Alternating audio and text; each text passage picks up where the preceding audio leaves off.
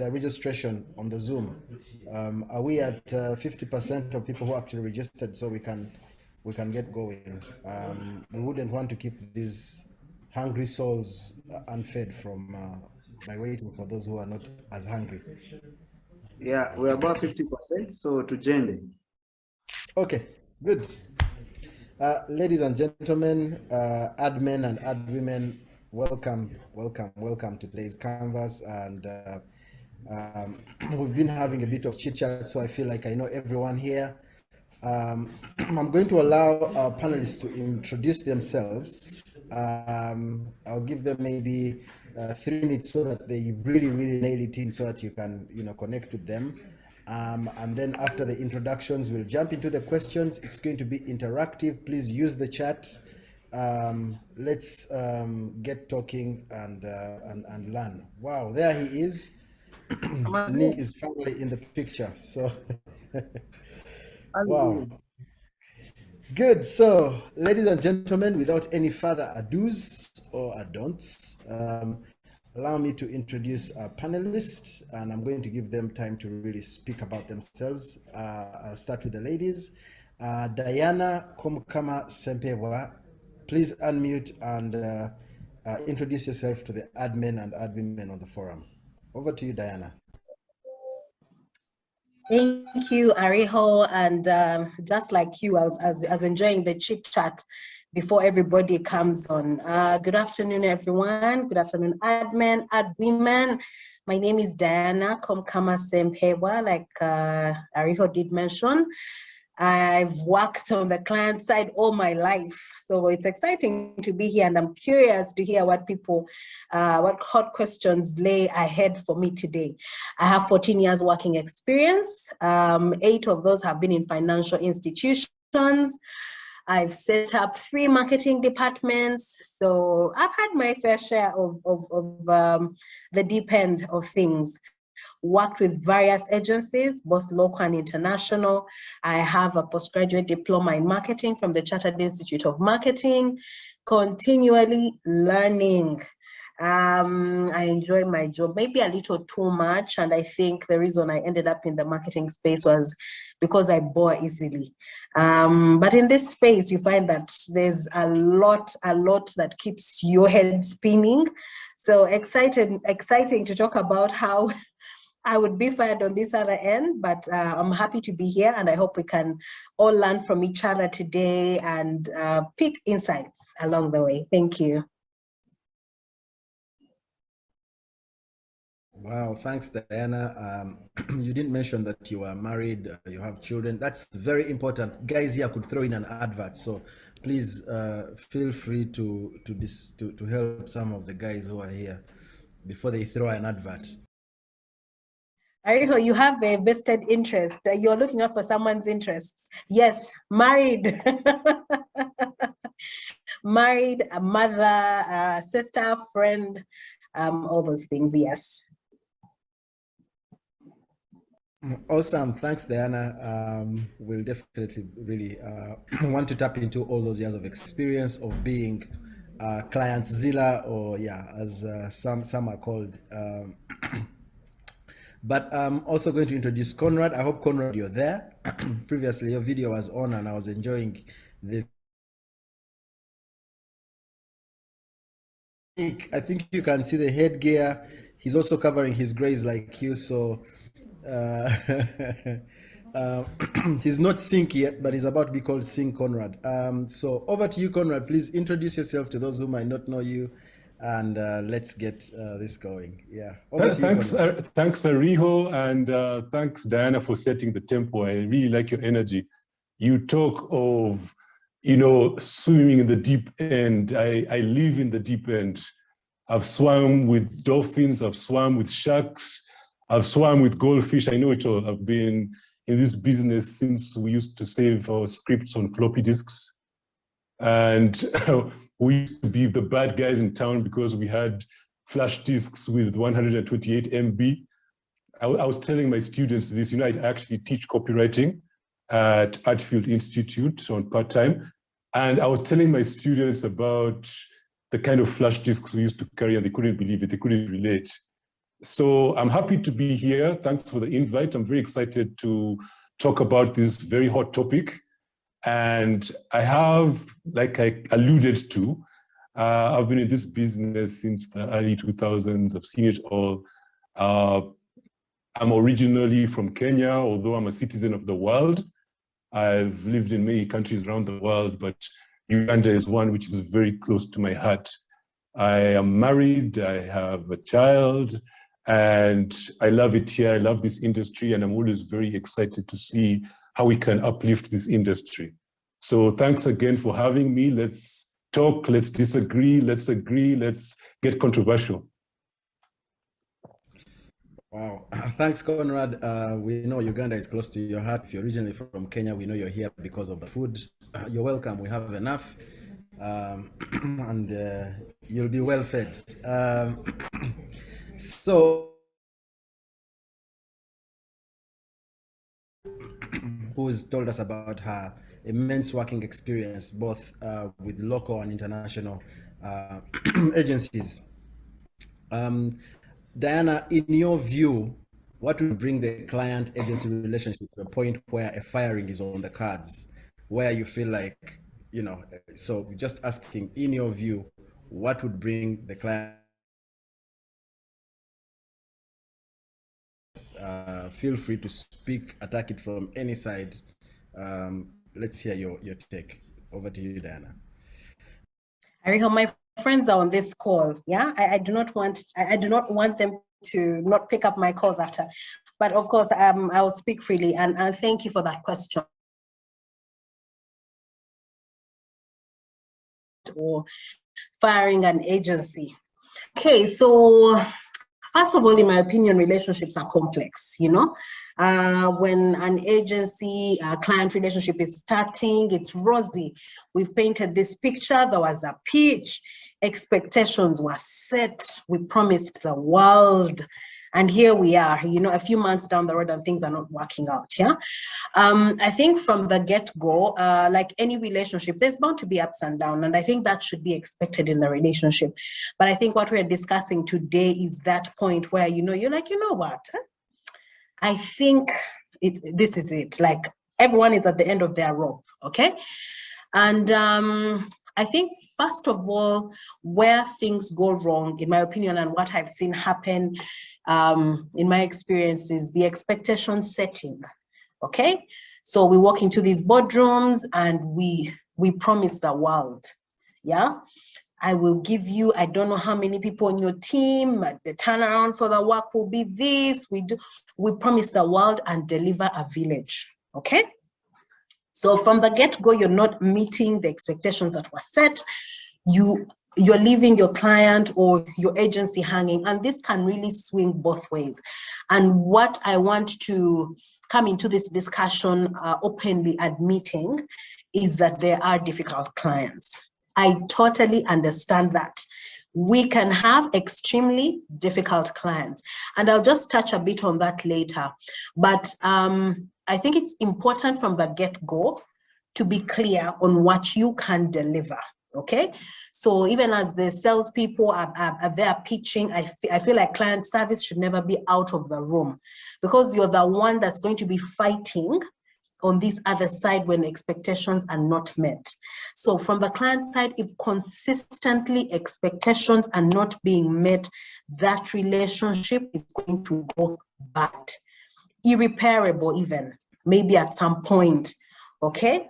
Especially if things like communication are also not clear. Because, and you know, sometimes I feel sorry for the client service person, because they're caught between the client and their team. They can't explain that they have a shortfall. They can't explain that shit is going down today, you know? They're just there in the middle. Do I tell them? Do I not tell them? So at this point, you know, on whose side am I? And I always joke with my people, and I'm like, so whose side are you on? Like, I want you to be on my side, but the agency as well wants to be on their side, okay? So one, poor expectation setting from the get-go, so you fail to meet the expectations that you set out. Number two, there is such a thing as a wrong agency client fit. It's something we never want to admit, but sometimes not every client is your client. Okay, so I've worked, the bulk of my work has been in the financial services sector, and truthfully, our industry is stiff. That's its nature. We are highly regulated. So everything you say, whatever you do, how people perceive.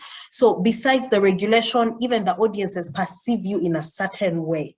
Okay, and maybe I meet this agency and they're wild, they're out there, they're immensely creative, they are all these things, futuristic, I don't know what fancy words people use now, yeah? And then you get these guys and give them a bank, not just a bank in Kampala, you know, it's going to go bad, because you feel like every time you come with your wild ideas, then it's going to say, you know what, they're not going to understand it. Because here's the thing. So while I am dealing with my agency, I have to explain this concept to people who barely understand the basics of communication. So it's not even that the marketers or the heads of marketing and comms are not allowing us to be creative. It's that our other parties don't get it. Like half the time I want to cry, you know, like you present a concept and you're sure it's wild, this is it. And someone is like, but what are we trying to say?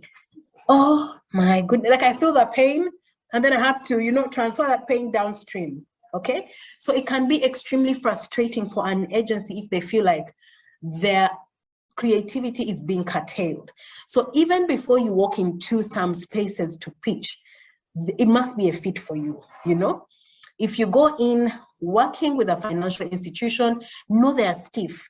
Know that you may not be able to execute all your wild ideas, okay? But maybe an FMCG will be much more accepting.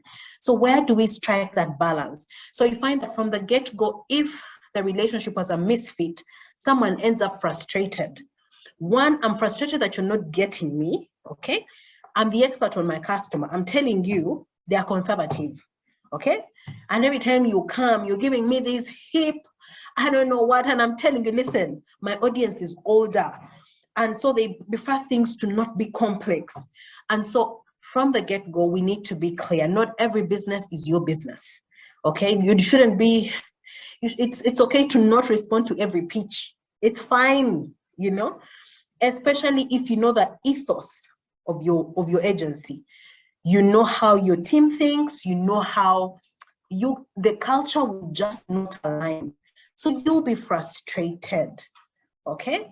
So that's one other thing.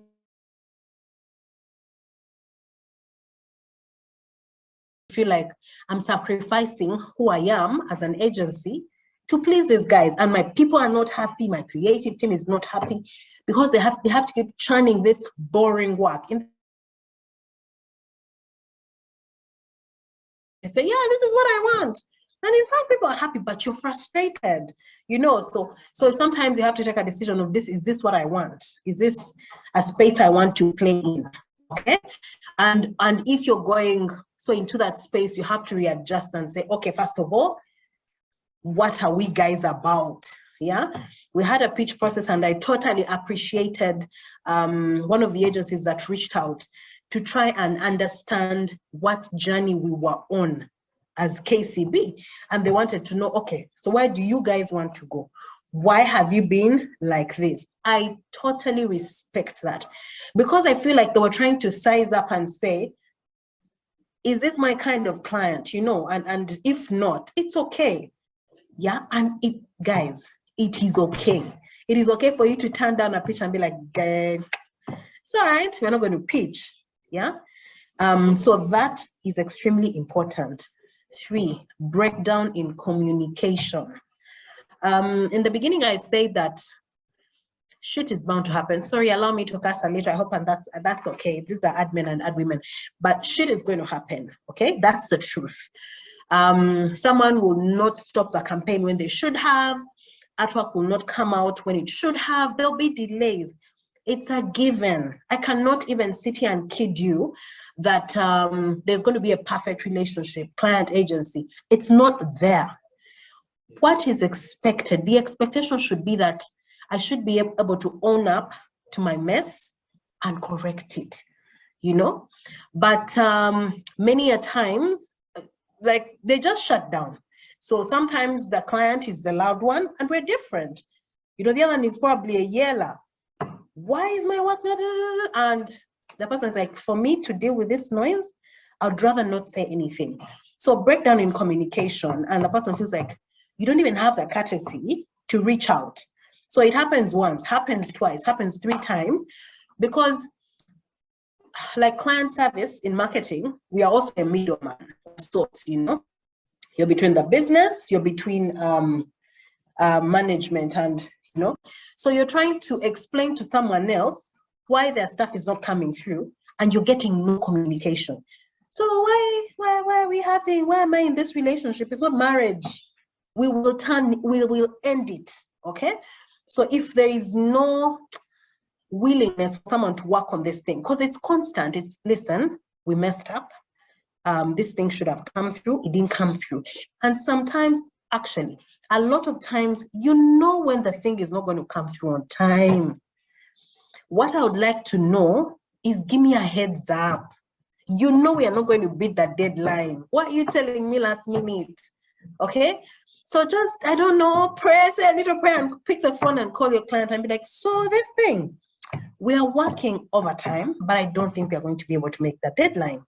Okay, so it's not excuses, but you're setting the tone for somebody else to manage the final recipient of this work. Okay, I'm not the ultimate consumer of this work. So when you screw up, you screw me up, I screw someone over and another person over. Okay. So there's only so many times someone is going to be going to allow to be screwed over. You know, like, listen, my agency is not looking bad. I'm the one that's looking incompetent. Okay.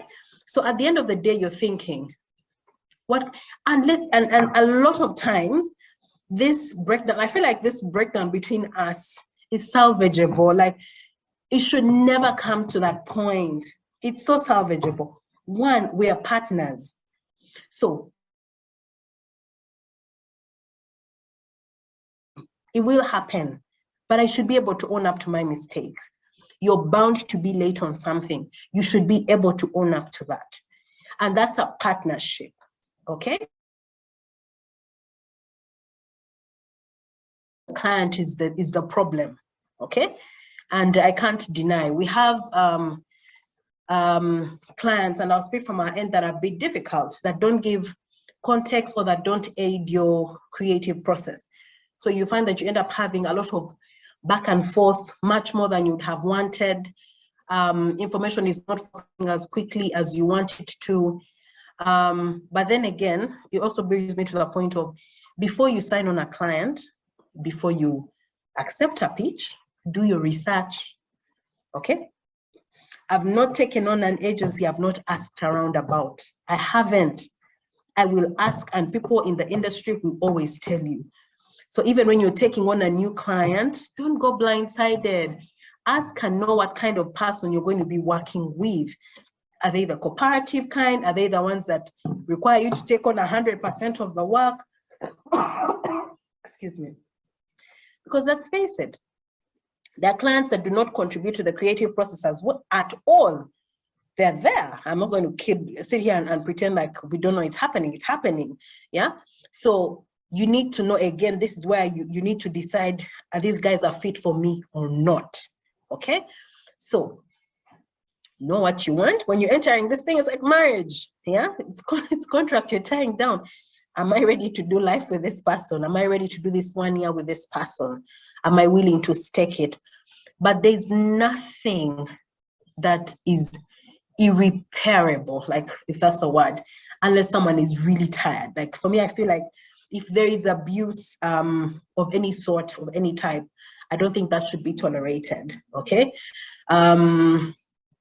We're partners, again, and we should be able to set the tone, and as an agency, set the tone. I know that sometimes some clients are bulldozers, but set the tone for your business, okay?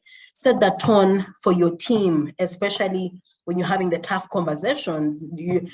nobody is doing the other a favor, if I can say that, you know?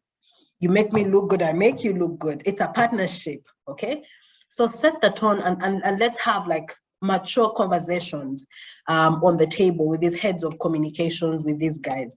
So that then you're able to not allow to be treated like an employee. I don't know if you get what I mean.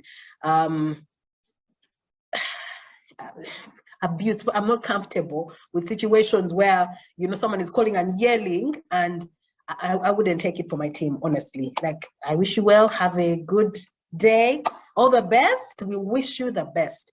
But it then starts with the leadership. The people that you set in the room need to be able to set the tone and say, okay, this is a partnership. We're working together. If you want us to deliver for you on this, well, we need for you also to be able to deliver this in a timely manner, to get our payments on time, to, you know, get our things on time. Then the slack, if I mess up, it's entirely on me, okay?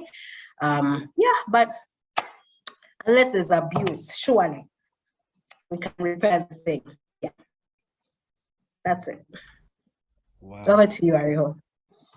Thank you very much, Diana. You've said quite a number of things, but what I hear you saying largely is that the relationship should be a partnership and not a servant-master relationship. And you've really articulated how that can be maintained so that it's a partner relationship, not a servant-master relationship, where there is power play, and there is someone trying to dominate or domineer the other, and that's normally what causes the rift and the relationship coming to a point where a firing is on the cards. So we've heard from the other side of the table. I'm going to quickly bring in Conrad. Conrad, if you're there, I'm going to bring you in. You've heard what Diana has had to say. And you're just like me, you mentioned that you began in the early 2000s. That was in the days of Aldous PageMaker, I think. So you know a thing or two about CorelDRAW as well. But anyway, the question to you is, as a seasoned admin and consultant in the field, and actually also a teacher who is shaping tomorrow's agency admin, have you witnessed any agency-led client firing in your time? And you've not been here a short time. Have you witnessed any agency-led client firing? And what's your perspective on the same? Over to you. Feel free to speak from your heart, and then we'll be entertaining questions after that. Over to you, Conrad. Thank you, Ariho. I just want to say, just kidding. So your question about firing clients. Okay, you know, guys, you know that's what everyone in agency thinks, especially the younger folks. I'd say in my mid to early 20s, so mid to late 20s, I had that mentality of client doesn't know anything. We are the agency, stay in your lane. I'm sure you all know what I'm talking about. Before you've really grown in the industry, you have that mentality of client doesn't know anything. And I had that. So I wanted to say a bit of something before I answer your question. I wanted to talk about the term firing, or would you fire? And I'm not so sure I love that term firing, because firing implies bad blood. It's like, you know, screw you, get out of my office, you know, you're fired. Yet, like Diana so ably put it, that really should be a last resort.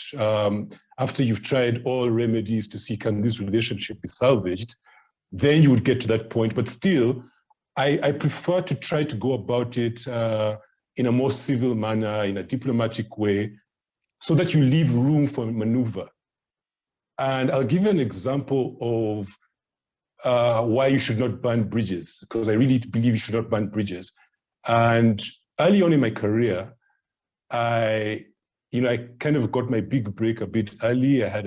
By my mid to late 20s, I already had a string of campaigns to my name. And so, with that level of success comes a feeling of invincibility.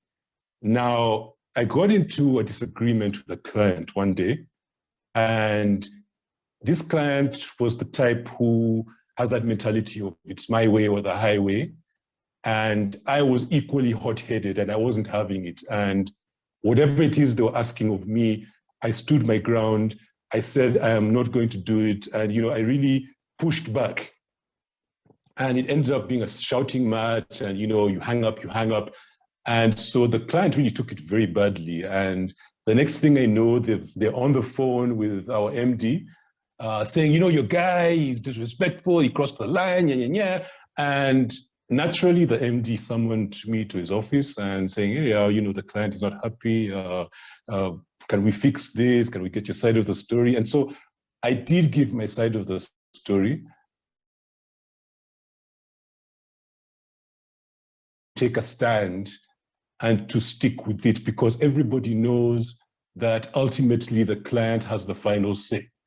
So you can register my disagreement, but you still go in the direction you wanted to go. But I think this client really had a problem with me disagreeing very forcefully. And they were demanding an apology.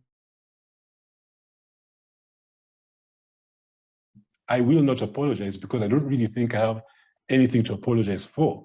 And sure enough, I did not apologize. And so, things fizzled out and everybody moved on. Now, fast forward to 4 years later, I'm in a new agency, totally new set of accounts, and we got this opportunity to pitch for some really big business. We put everything into it. We even got regional partners. We went out and did research, the drill, solid strategy, solid creative. So come the day of the pitch, we go to the offices. Again, you guys know the drill. You wait in the lobby.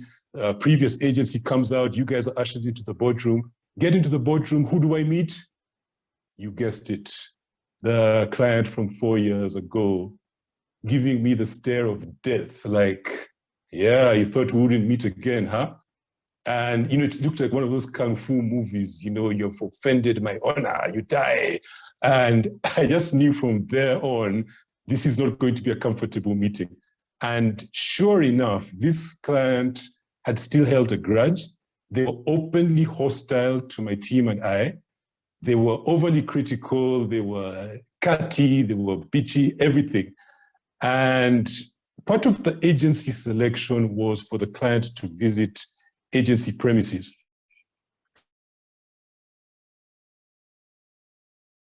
And then after that, there was going to be lunch. It didn't work. They came with the same attitude, openly hostile, critical. And so I just knew in my heart that this thing is not that we didn't get the business, but the fact that innocent people got hurt. And by innocent people, I'm talking about my colleagues in the new agency who had no idea about the history or the bad blood or whatever had gone on, but they lost out after all the hard work they had personally, to the point that it would be carried forward 4 years. So the moral of the story is, as much as we may disagree, as much as we may have differences in opinion, there are situations where it might not be clean, and if it's not, so be it. But as much as possible, let's try to be civil and leave room for maneuver, because let's face it, we operate in a relatively small industry. And if you look at the level of rotation and turnover, chances are very high that you're going to meet the same person in a different setting. They might end up being your client again. They might end up being your boss. And God forbid, they might end up dating your sister or ending up being your mother-in-law.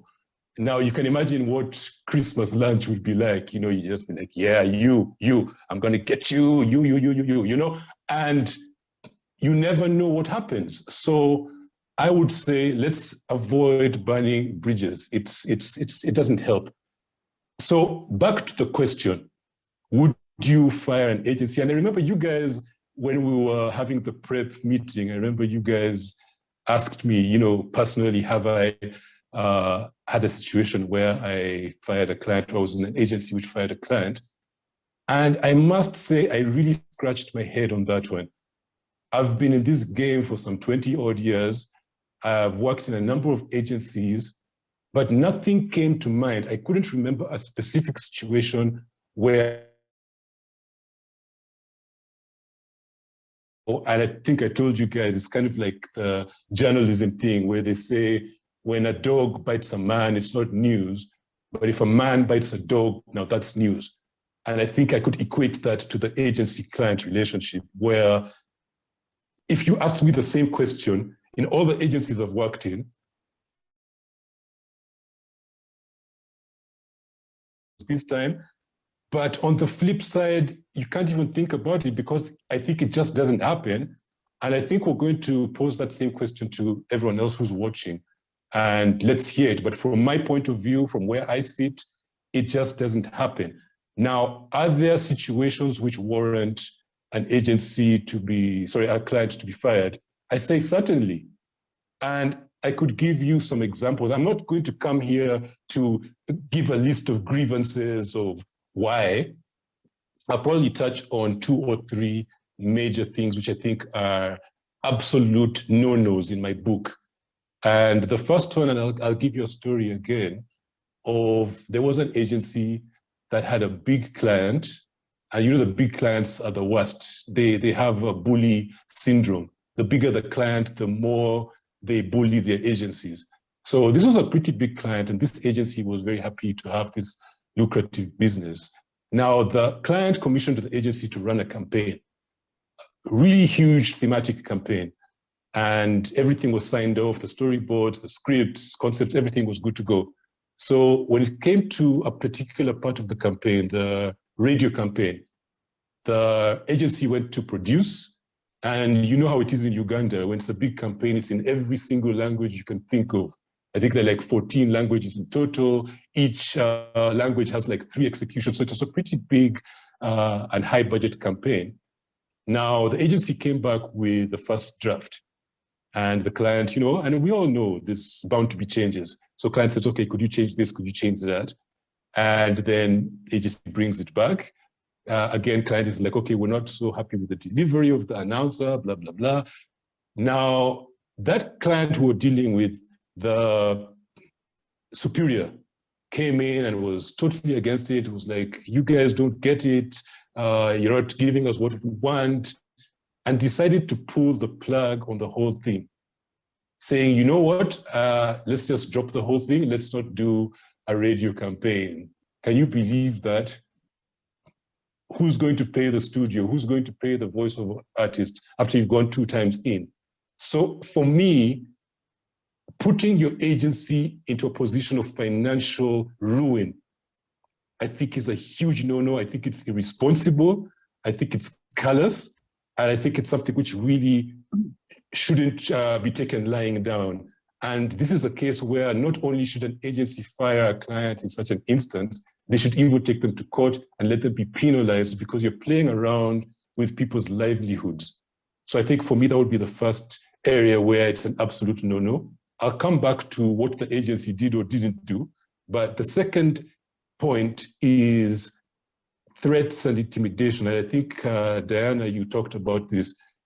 There are clients who walk around dangling the prospect of loss of business in the face of the agency, saying, if you don't deliver this and this, we're going to pitch the business. If you don't deliver this and this, we're going to terminate the contract. You cannot operate in an atmosphere of fear and threats and intimidation. For anyone who hasn't read it, I would recommend the book, How to Win Friends and Influence People, where they're very clear on how to get people to see your point of view. You need to use persuasion. So if you're a client, use persuasion to get your agency to buy into where you're trying to take the brand or to buy into your point of view. Do not use threats and intimidation. It's counterproductive and it's just downright awful, okay? Now, what did the agency do? The agency that got the plug pulled on them, they did not fire the client and they did not sue for damages. So back to the question, would you fire an agency? I think the reason why agencies are holding back in this area is a fear of loss. Fear of loss in that you fear losing revenue. And look at the times we're living in. The economy is in tatters. The inflation is at an all-time high. Cost of living is up. And so you're thinking about finding a client, but then you're also thinking, okay, I have payroll obligations. I have overheads. I have a business to run. And even getting a new business is a cost. And I do have reservations about the current pitch process. I think it's flawed, but that's probably a discussion for another day. Now, I think agencies need to draw a line. You know, Diana, you talked about establishing boundaries and setting expectations. Yes, establish your boundaries and deal with them when they're crossed or violated, deal with them there and then, as opposed to turning a blind eye to violations and then letting it build up, and then it reaches one point where you say, I'm done. I can't deal with this anymore. I think it's important to call things out when they happen, be bold enough to call it out and take a stand your ground without the fear of stepping on toes or ruffling feathers, because at the end of the day, you're the one as an agency who will suffer.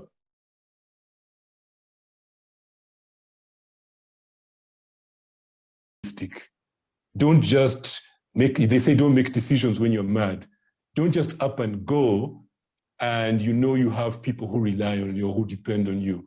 So I would say probably you might want to look for a replacement account. If you've tried everything, you've tried dialogue, you've tried communication, everything doesn't work, and you're in a toxic relationship, which is taking more from you than what you're giving, then I would say by all means leave, but don't leave irresponsibly. Leave when you know you have a backup plan, all right? And that's really what I could say. Now, on the agency side, I think there's a lot we can do to sort of balance the relationship, because you know the client-agency relationship is very much skewed, where the clients have more power than the agencies, and that's where the master-slave relationship sort of dynamic comes in. I think the fear of loss I was talking about and the agency, I think then you'd have a more balanced relationship. And what do I mean by shared? You know, when it's time for a contract to expire and the agency is tense and apprehensive, the contract is expiring in April, we need to get ourselves together, but the client is easy. I long for a situation or a day when the clients are also tense and apprehensive when a contract is coming to an end, because they share that fear of loss. But I think agencies need to do a bit of work in that area. Agencies have done a fantastic job in this market. Agencies have done fantastic jobs for clients. They've put brands on the map. They've launched products. They've created brand love and loyalty for products. But when it comes to their own brands, I think agencies haven't quite found the success in that area where you're able to differentiate yourself. You're able to really build a reputation around certain competencies. Say, for example, that is the go-to agency when it comes to financial services, or that is the go-to agency if you want like populist campaigns which get people talking, or that is the go-to agency if you want some really hard-hitting emotional social marketing stuff. I think every agency has the opportunity to differentiate themselves such that you ask yourself, what am I bringing to the table that nobody else can bring? You see, at the moment, clients probably see you guys as the same. And the moment a client feels like I can get the same level of service from agency A, B, C, and Z, then they're going to treat you like a commodity. And they're not going to have a fear of loss that if this relationship ends, I'll quickly move on to the next and I won't feel the pain. But if you're to make yourself so exceptional and so unique with a unique selling proposition, which is solid and airtight, then the clients will start feeling apprehensive when it's time to renew. And then you will have more bargaining power as an agency, and you'll be treated as a respected equal and as a trusted advisor. So I think I throw that question back to agencies. So ultimately, to summarize, would I fire a client? I say, yes, I would, but I wouldn't just walk in blindly. Backup plan. You know how they say the best way to get over someone is to get under someone else. So I would look for that someone else, and it would be all good. Thank you. Thank you very much, Conrad. At this point, I'm going to just throw. Yeah, Nick, I was about to pick on you and say Conrad has given us a double-sided answer. He says yes, he would, but he would first get under someone else. But yeah, which means yes, he would, but there's a but. In your career, which spans many years, obviously, have you seen an agency fire a client? And if you have, just tell us about it. It looks like on this side, there haven't been safety nets. If you fire the client, you don't have another one to get under, then you're left in the open.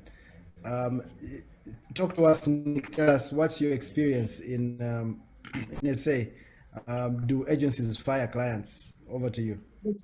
Gosh, in my lifetime, I can give you two good examples. One from South Africa and one from Kampala. If you go back in the new vision to 2002, you'll find there's a few columns. I think the Monitor also picked it up. Apparently, I was notorious in this instance.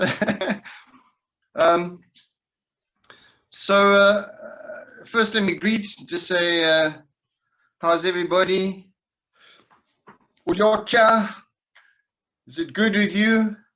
On this side, I'm feeling kawa, bulunji, everything is nice with me. I was in Kampala in June, working with Adrian Khan and Stella Mpora. I wish I could come back more and more. So I have deep roots in Kampala. The firing of a client first happened to me, and the pathologies are quite complex. But if you can imagine, cast yourself back to 1988, Johannesburg. The nationalist government has been negotiating with the ANC in exile for about 4 years already. Mandela's 2 years short of being released. There's a tremendous amount of tension in the air. Everybody's trying to figure out, what are they going to lose? Is there going to be a socialist revolution? Will the ANC kick out the whites and Indians like Amin and do his thing? And the big brands like, wow, Colgate, Palmolive, Mercedes-Benz, all the old mutuals, Anglo-Americans, they are shitting themselves, trust me. Now, I'm working for an agency called DMB&B, Darcy, Macy's, Benson and Bowles. I was basically just a senior copywriter who did a lot of visualizing. Most of my art directors, they didn't know what a computer looked like, but I had got myself a very basic computer and had begun typing on the computer, whereas previously I was using an IBM golf ball. That's the technology of the day. But the gray seats and the silk and the Armani suits and the crocodile shoes, those are all exactly the same. And the general human integrity is exactly the same. Now, Liberty Life, which is still a huge company at the moment, and spawned Discovery. I'm sure you've heard of Discovery Life insurers, medical insurers. It was run by a guy called Donnie Gordon. Donnie Gordon was a big Jewish mafia businessman, hardcore, very powerful, came from nothing. He was a Lithuanian refugee. And my creative director, Willie Sonnenberg, was more of a radical Jew. So yes, they are South African Jews, and therefore they have a few cultural things in common. But they are by no means, a clan is not just a clan. And though they have their rituals, food rituals and religious rituals, and they observe the heavens and all this kind of stuff, when it comes down to business, there's going to be some pain. Now, having won that account, which at the time was, I think, close to 100 million rand, that was Liberty Life was worth that amount of money.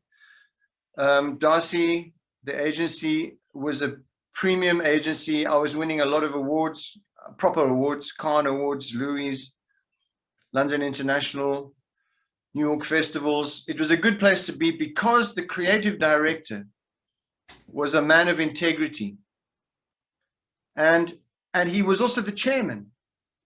So, and if we look at the dynamics here, we have the chairman is a creative director. He is a slightly irascible Woody Allen type of Jewish guy. You got that in your head. Now, on the other side is this massive client who is a number crunching,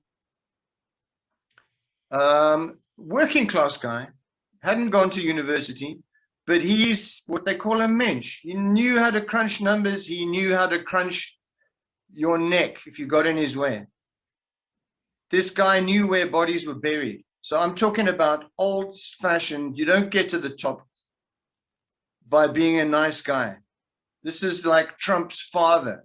They were gangsters, they were pigs. Trump himself is a pig. So my guy, Willie Sonnenberg, is used to having his own way, has got a lot of aesthetic credibility in the business because the awards tell the clients, look here, this guy knows what he's doing. It's like, I might not like your movie, but if you win an Oscar, I'm going to take my wife or my boyfriend to go and see that movie. It's an Oscar-winning film. Maybe I hate Brad Pitt. Maybe I hate Sidney Poitier. But this is what awards do for you. This is another story that we'll come back to, Frank, because there's a big relationship between awards and clients being fired or clients being kept. In the case of Liberty Life versus DMB&B, we'd spent a lot of our own money pitching. Now, yes, in South Africa, there was a very nominal pitch fee. I think at the time, 1988, it was about 20,000 Rand. And you could do whatever you wanted with that 20,000 Rand. So if I wanted to make a lot of letters and design some stamps and send a personal letter to every single person at Liberty Life with a breakdown, a kind of an intelligence breakdown on their love lives and show some extraordinary understanding about their personalities, maybe that would win me the business and I'd still have 10,000 Rand left. Some agencies, they would take that 20 grand and they'll make a full-blown TV commercial of a very bad ad, and then they'd lose 20 grand. What we would do, sometimes we'd actually say, look, permission to add some money or permission to spend only half. And instantaneously, we would make our mark as being creative and being a little bit different. Please chip in if this starts to get too long. But what it came down to was that in the beginning, it was like a Jewish guy wins a Jewish big business. This couldn't be better. It's perfect. In fact, some of the competing agencies were saying, no, this is just a kind of an in-house job. These tribal guys, you know. It's like, okay, you in Kenya, man, Daniel Arab Moi comes in, Kalenjin guy, he starts kicking out all the other ethnic groups and just surrounds himself with Kalenjin dudes. It's like, Kalenjin mafia. That was the criticism leveled at it. But what happened was that 3 months down the line, we had done so many good scripts. We had behaved in such a good way. Our top client service guys were all like 3-4 handicapped. They could all play golf. You know, they were schmoozing. They were schmoozing. But the problem was all the scripts that we were creating were not getting past my creative director. Because he's like, this smells like Old Mutual. Or, he'd look at me and he said, "This smells like sandlam. These Yiddisher boys, we need something fresh, man. This is the new kid on the block. They've got the money in the bank. Write me something mind-blowing." And the more they wanted it big and huge and massive, the more I wanted to bring it down to the little people in the offices, the people who are the clerks. Because I said to myself, the creative idea for me was, if I've been with Old Mutual with my life policy for 40 years, and a new insurance company comes on the scene, it's called Liberty Life, why would I change? Why would I believe in life insurance? Why would I swap over? So I made the scripts more and more humble. And of course, in 1988, I was bringing in a lot of African characters. This was my way of saying the country's going to change. The country is changing. Why do we only speak with black actors, white actors, white glamour ladies? The music's always Western European stuff. I was like, listen, if a black person, Zulu or a Xhosa or a Sesotho person or a Venda person who works for Liberty Life buys a Liberty Life policy, that's going to tell 14 million people that Liberty Life should at least be looked at, instead of these big companies that are associated purely with the Afrikaner and with the Anglo-American colonizer. So Liberty Life, first of all, it has liberty in the word. Viva, viva, viva ANC, viva, liberty. And it also has life in it. But the more I went down to the bottom, to the Wananchi, to the little people, the more they didn't like it. So eventually, when all the scripts with helicopters and bridges and spaceships blasting off into space, when all of those had been rejected, Willie, my creative director, he then had a private meeting with Donnie Gordon. He took in these little humanized scripts and he said, like, just look at these again. And he had a meeting with only four people in the room. One of them was Donnie Gordon's son. The son liked it. The brand manager liked it. The only guy who didn't like it was the old man. And I wasn't allowed in the meeting because I might have lost my head or whatever. But I wrote those things very intimately, and I wrote them from the point of view of basically working class black people, of whom these stereotypes that we're presenting to you knew nothing. So in the end, my guy believed me. He said, I'm prepared to present these. And if this fucker doesn't buy these scripts, I'm firing him. Because I'm convinced this is how the country's going. You've put your nail on it. This brand could get ahead with this. We could send a good message as an agency. We could actually be one of the first agencies that looks like we have a human face, that we see black people. Like, and God knows what's going to happen. The country could go up in flames. But if he doesn't buy, that's it. Fuck Donnie Gordon. I said, no, you're going to make a laughing stock of yourself, will he? He said, look, who's the chairman here? Who's the chairman in the room? Hauser, who's the chairman? You're the chairman. He said, this old guy, he's the face of the past. We've got to be the face of the future. So let's give it a go.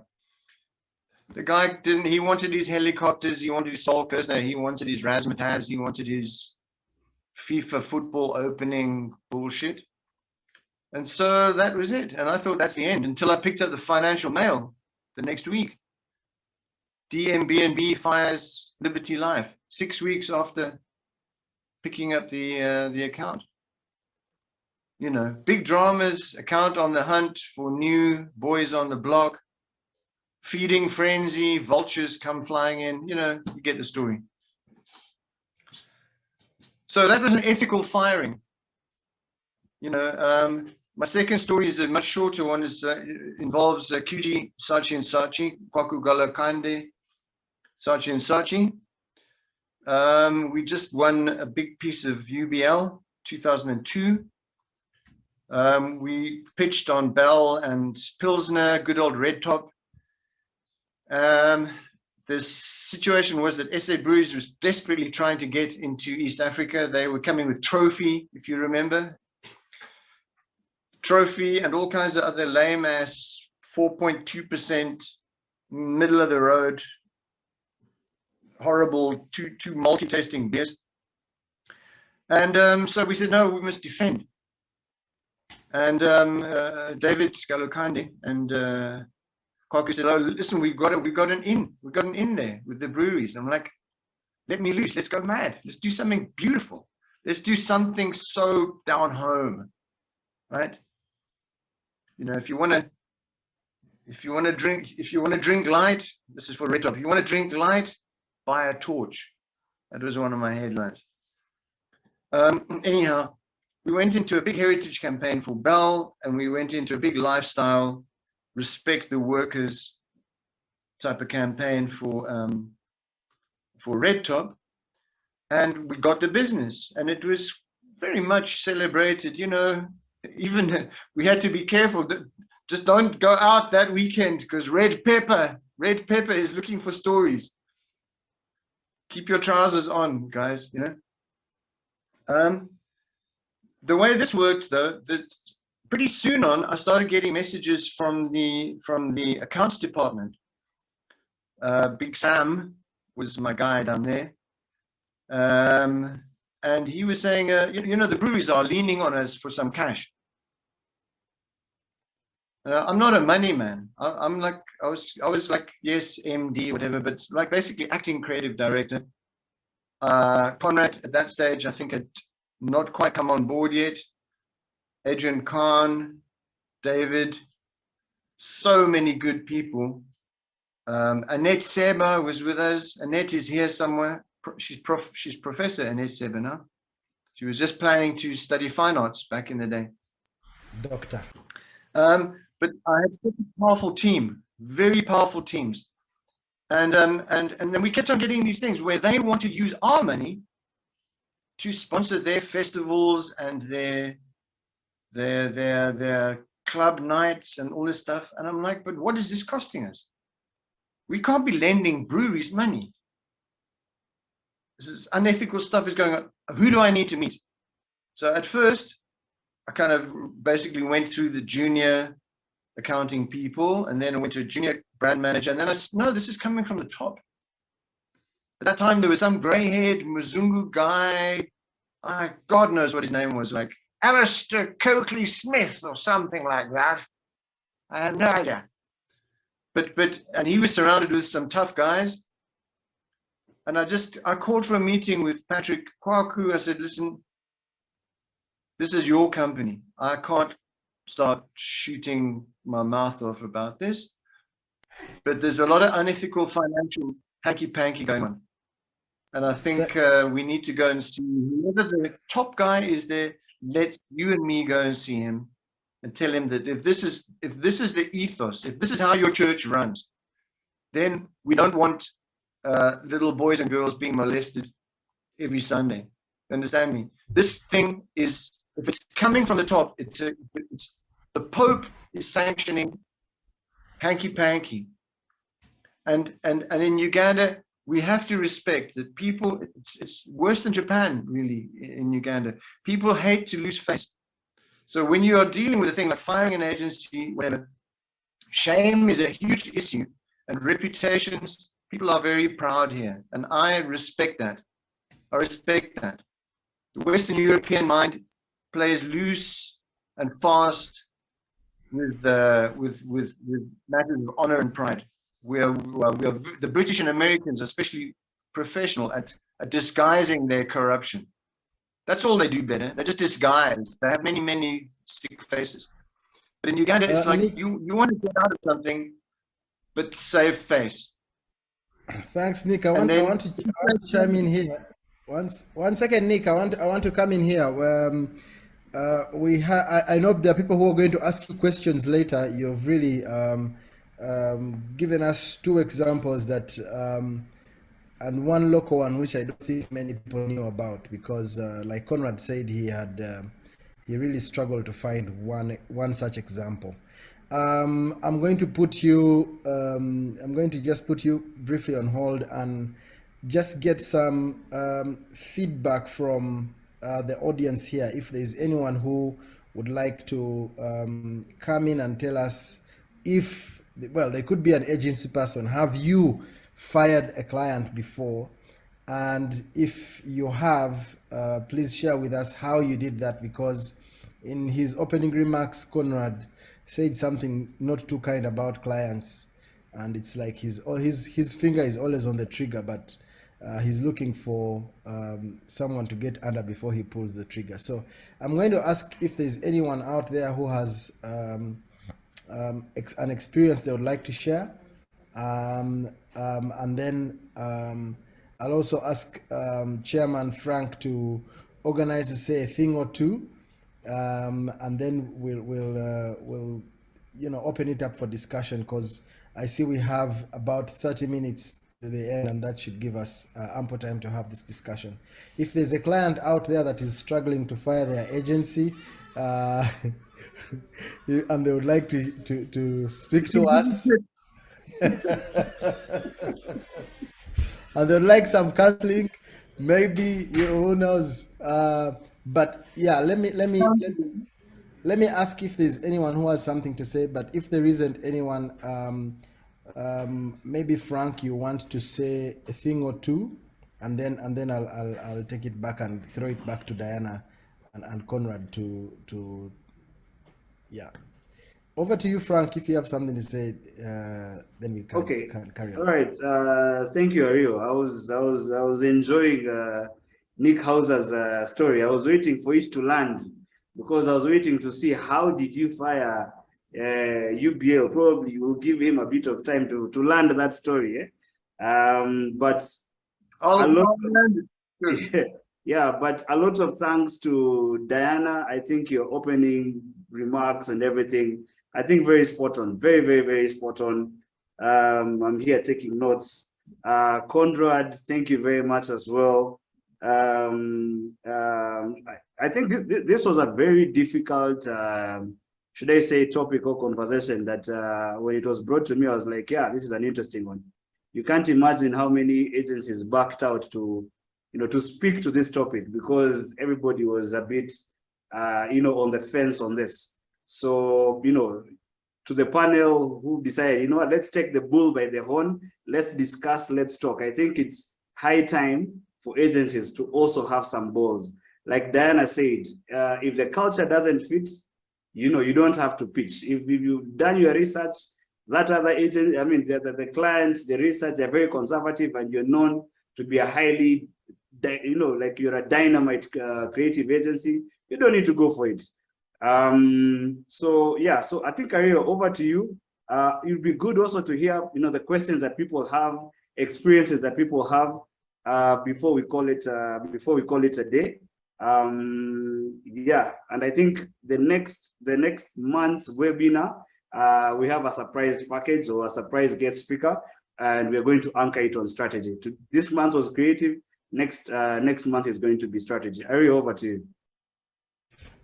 Yeah, thank you very much. And Annette says something in the chat here. She says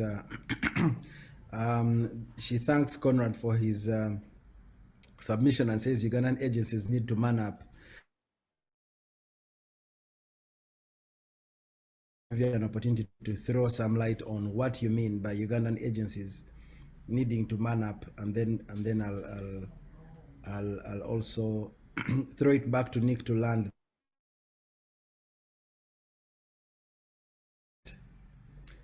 Welcome, Sarah. Sarah Kajingo is on call. So Sarah, nice to see you. But over to you, Annette. Thank you, Kamara, and everyone, and our speakers and guests. I think where I'm coming from, I was in car with Conrad. If all the agencies are the same and maybe clients cannot differentiate the different agencies, this is where they swing the card of I can fire you and go anywhere else, or if it's a page, they will you even go there when they've already intimidated you. Like if you don't matter at all. If I go back to the UAA Code of Conduct, we have a code where agencies, we've really tried to put it in place. Agencies should pay for the time and money we spend on pitches and the like. But it's been very hard to put it in place. And no agency is really coming out to put their foot down that this agencies should, clients should pay for the time and for this time for pitches. And you can imagine quarter a year and you have around 20 pitches and all that money and resources put in out there. No one has ever come out to really put clients to pay for this time and resources put out. I think, for me, I think this is a conversation we need to put together as agencies, probably in-house, and the conversation should continue. Thank you, Ariho. Back to you. Thank you very much, Annette. And I know that conversation about the rejection fee has been, it has been brought up very many times. But we know that there are some people for whom the rejection fee is good enough.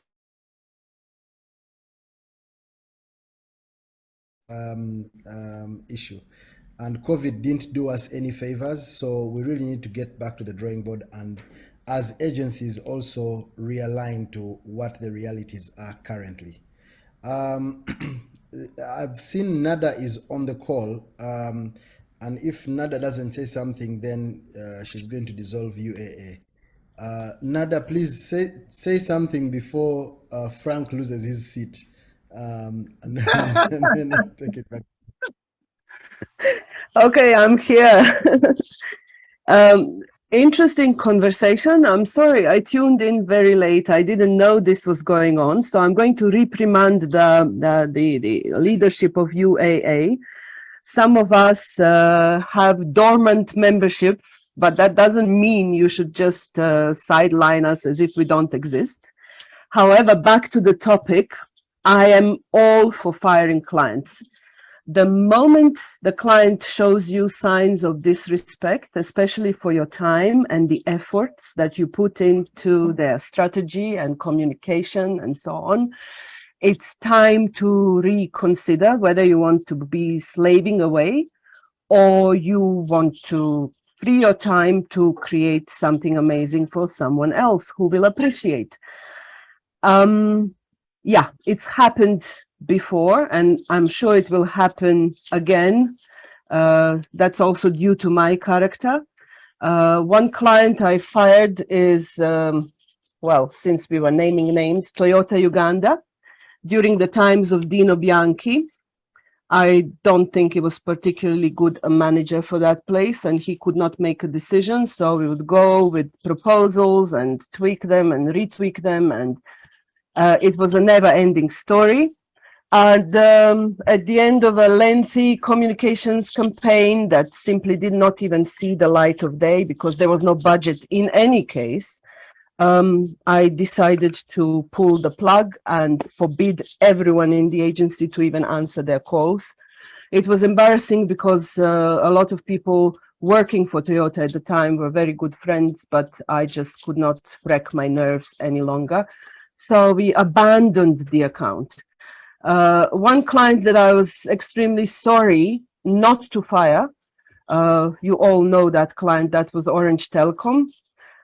We are still in court over unpaid fees and various other dues and so on. But with Orange, it came to a place where we would retweak the proposal for a simple tactical campaign like 20 times before they accept to go ahead with it.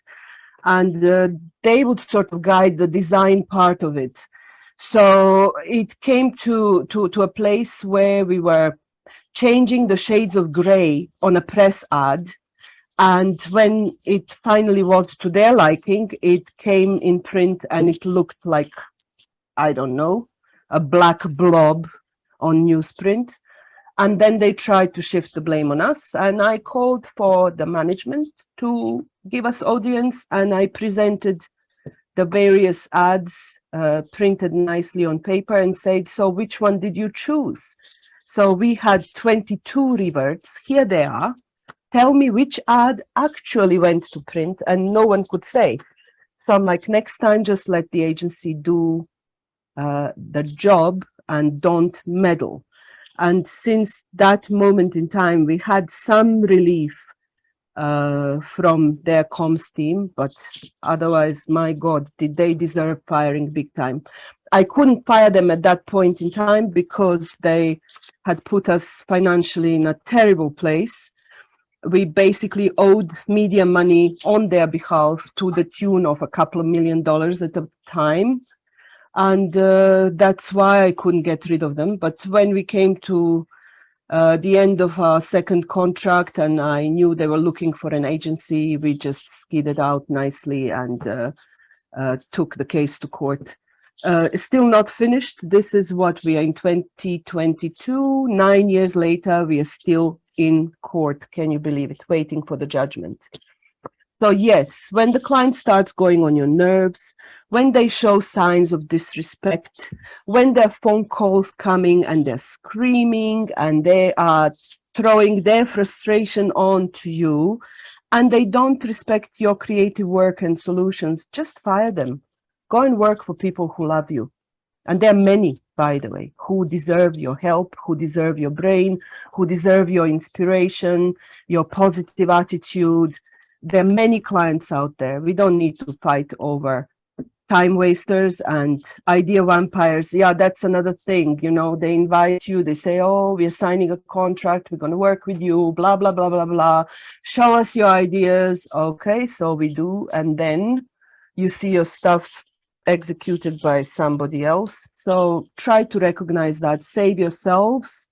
Don't allow time wasters and idea vampires to kill your meager resources. It's not something we should allow. So UAA, stand strong, carry the flag and fight for interests of advertising agencies. I really appreciate what you're doing. Keep it up and keep going on. Thank you, guys. Thank you. Wow. Oh, thank you very much, Nada. You left us in the struggle, but it's now become a strangle, but it's all is good. All is good. It's always nice to hear from you, all the way from Garuga, I would like to assume. Nick, if there's anyone who has something a question, a supplement, or something to share, but if there isn't, because you can use the gestures at the bottom and just put your hand up. If there isn't, in the last 10 minutes of this, I'm going to really bring back Diana and say, and Conrad, and say, yes, there must be civil ways of doing a firing. Some of the firing is putting, the price out of reach for the client and say, they should feel bad that they couldn't afford you, but you were politely saying, go away, I don't want to work with you. Diana, are there some things that we can certainly do for you as the client to get some of the messages that Anderson was talking about? Like, are there certain subtle ways we can say you're about to be fired? I want you to speak from the client part. And then Conrad, on the contrary, you'll tell us, are there certain things we can do when we start smelling the stuff getting not so nice? Diana, over to you. Tell us, what can we do to pass on a message to you, not to keep changing those shades of gray, like Nada said. The not so subtle ways of communicating that this thing is about to hit the roof. Okay. So first of all, in the beginning, I did intimate that this is a relationship and a partnership of sorts. So I think one of the things that we must never close or leave unattended is the communication channel. Okay. So yes, client service is always speaking with the client and everything, but if you, or possibly as I don't know, CD, owner of agency, shareholder, you should always have your pulse on things, always, okay? So you either want to have a quarterly check-in or a monthly check-in, and it's just, how are we doing? You know, one of the hardest things to ask is feedback. How are we doing? Are we meeting your expectations? Are you okay? How can we improve? This is one of the ways you can, know this thing is working or it's not working. But if you and your client service person are running away from the client, signs are already, you most likely know this thing is already sour, okay? So for starters, keep in touch. Keep in touch. Besides this whole work thing, I'm still in touch with people that I've worked with agencies from 6 years back, 7 years back, because of how often we speak and engage. It ceases to be just a client agency relationship, and we need to see how to make this thing work. I'm not talking about go and bribe the person, go and buy the person drinks. I'm not talking about that kind of thing. I'm talking about genuinely being interested in having the brand grow. For example, if I'm to speak for, say, KCB, for someone to genuinely say, how are things doing? I remember Stella Ampara checking on me when COVID was happening. That time, and she was like, what can we do differently, or what are banks doing differently? It was unprecedented times. None of us knew how to handle what was going on, but just that genuine checking of what's happening. Do we care as agencies to check in, to care beyond the creative work that we're doing? I think that would go a long way in, trying to temperature check and see where we are. Have these reviews as often as you can. Then, if someone is stonewalling you and they won't meet up, or they won't, respond, things are already bad, and maybe you might need to do something a little extra, just show up. I'm not for it, but I've been, they've been encouraging me to come out of my comfort space and work from the agency to understand. Because truth of the matter is, a lot of the people that we work with do not have a clue as to how agencies work. Nothing, okay? They do not have a clue. So if we do not properly appreciate the work that goes into this space, we cannot explain and fight and defend you as well. So this relationship, look at it like a marriage. It must work, okay? It must work. If I need this money, it must work, okay? Of course, we've talked about the abusive situations, if that notwithstanding. But if we are looking to have a healthy agency relationship, check in often, be interested in the business, what's happening. I know sometimes we're a bit tight fisted with the information and everything, but just be interested about your client's business. How is this industry doing?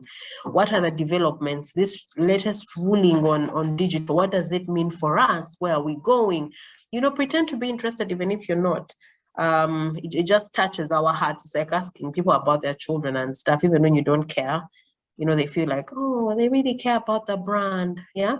So yeah, check in often. That would be my key message, I think. Yeah. Thank you very much. Conrad, do you want to throw anything else, or has Diana handled it ably? We are quickly running out of time, but yeah, go ahead, Conrad. Okay, thanks, Riho. For me, I would just sort of back that up by saying, look, in this business, as in every other business, you must understand human psychology. I don't know if you guys know it or not, but they say, this is according to a recent survey, that some of the topmost sought after skills in employees by employers today, one of them is emotional intelligence. I think we must have emotional intelligence. You must be able to read people.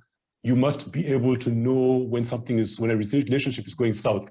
You must be able to have the emotional intelligence to understand what's going on and understand that the dynamics have changed. And you can tell. I personally have learned over the years how to read people and situations. For example, I'll give you the example of, I've had times when I get up in front of a client and I'm making a major presentation. Midway through the presentation, I will know whether they're going to buy it or not, just by looking at their faces and their body language. And you know, sometimes you wish you could just have a trap door and just disappear and go back and rework it, but you have to go through. You have to go through with it, fish, and then get the inevitable feedback that, okay, we're not feeling it. So I think it's very important to understand people. If you look at romantic relationships, there's this thing they say that if you broke up in December, then in actual sense, the relationship ended in February. And those months in between were just denial. You're in denial, you know this thing is going south. So remember what I was saying about getting under somebody else? You should use those months when you've realized this thing has gotten to a point of no return. That's the time to start planning your exit. Plan your exit and plan it well so that you're cushioned at that time when you say adios. Well, thank you very much, Conrad. I must stop this at the top at past. I'm going to hand it to you, Frank. The last 2 minutes are yours. Do whatever you want to do. If you want to ask for an extra 3 or 5 minutes so that we can hear something to its conclusion, if there's anything that wasn't done. The floor is yours, Mr. Chairman. Over to you. Thank you. I really want to hear Nick Hauser's story. How it ends. Like, I really want to hear how it ends. Then from there, I think we can call it a day. And then we will meet again next month. Topic is strategy. I think the speaker is also confirmed. Mark Pollard. Whoever is into strategy, just Google the guy. When it comes to the advertising world and leading on strategy, you know, there are like 2 or 3 people who like shape their whole career out of it. So yes, so thank you very much, guys. I see, you know, it's coming to 4:30. We still have good numbers. So I think Nick Hauser, land your story. Then from there, we'll call it a day. I don't know if there's time we can take a Zoom selfie. Last time it happened, I think I liked it so much, where guys turn on their camera, we take a Zoom selfie, and we call it a day. Yeah, so okay. Yeah. Let me keep this very short. First of all, thank you for the privilege of sharing the platform with you, share all the participants, and for everyone who said nothing. I hope that there's been enough memorable phrases and sentences and sentiments expressed. It's just a privilege for me to work with the integrity and the genius of Ugandan thinkers and East African thinkers from all corners of that part of the world. What happened was that through the good graces of I would say Patrick Kwaku, who is a very diplomatic guy in so many ways, I'm sure he didn't enjoy the fact that we'd spent money winning that work and that we were looking forward to running a revolutionary campaign for Bell and a revolutionary campaign for Red Top. But there were forces underneath that were really playing the money game. And to unpick all of that corporate politics, we discussed between ourselves that it would be unseemly to enter into a relationship that was not just financial but also political.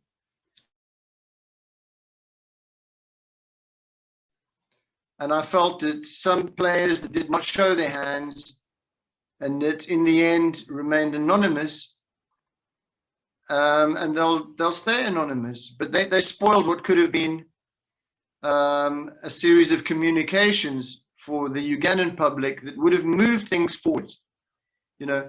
To conclude, so we went through all the copious notes, because I was a very big note taker and a very big contact report writer.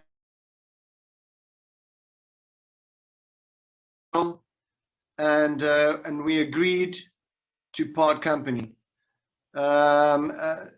We didn't lose money. We were recompensed for our pitch.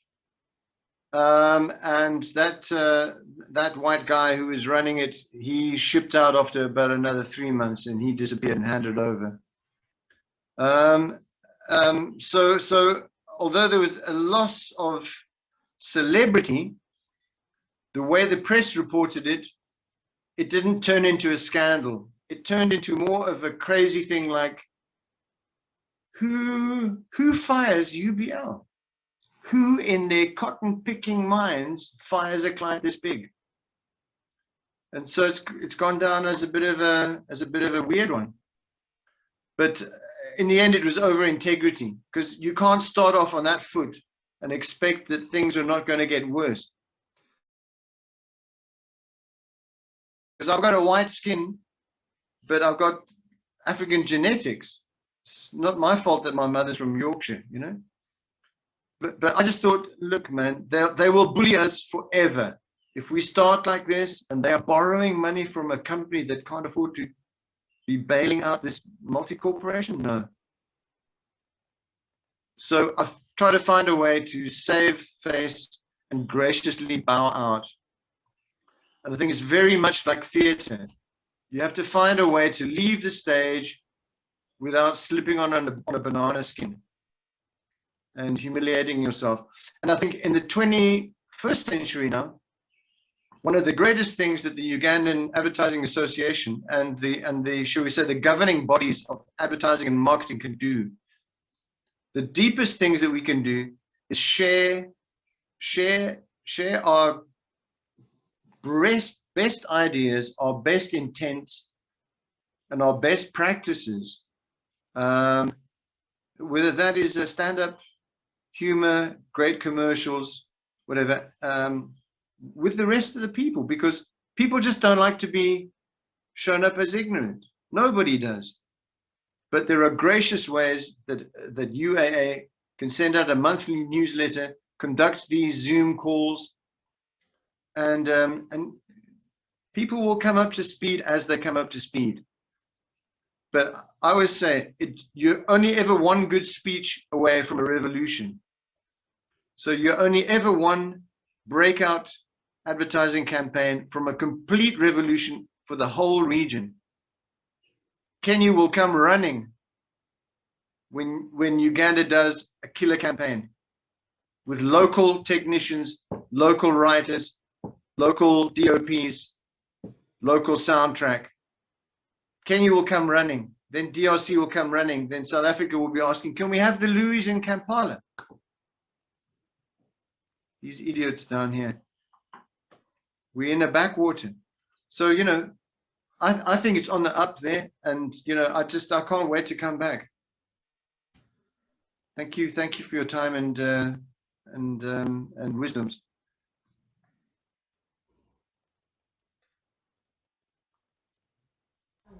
Chairman, you're in charge here.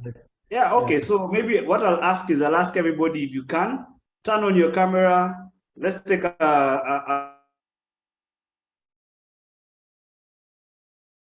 so cool. So just turn on your camera for like a minute or two. Yeah.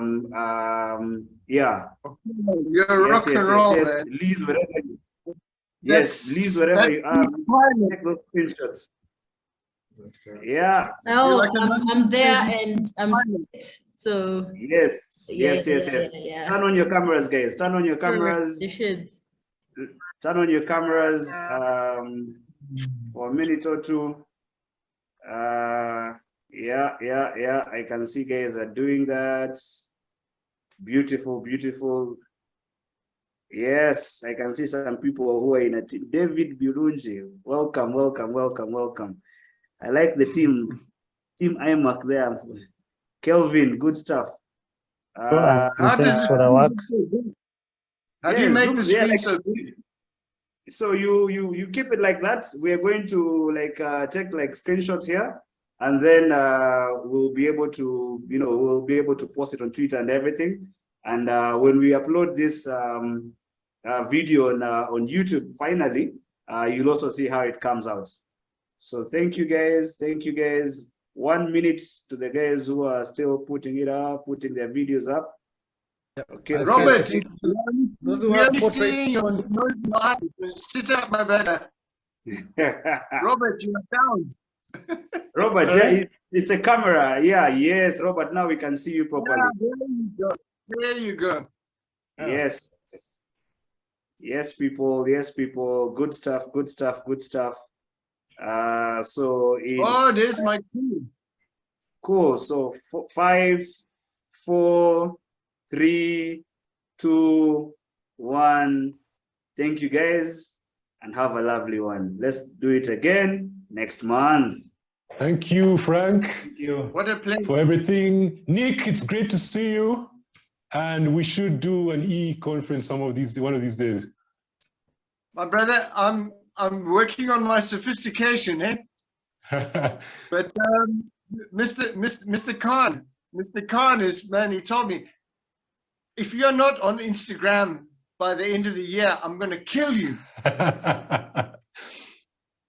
They're trying to hit me up, man. Wake me up. All right, let's talk soon.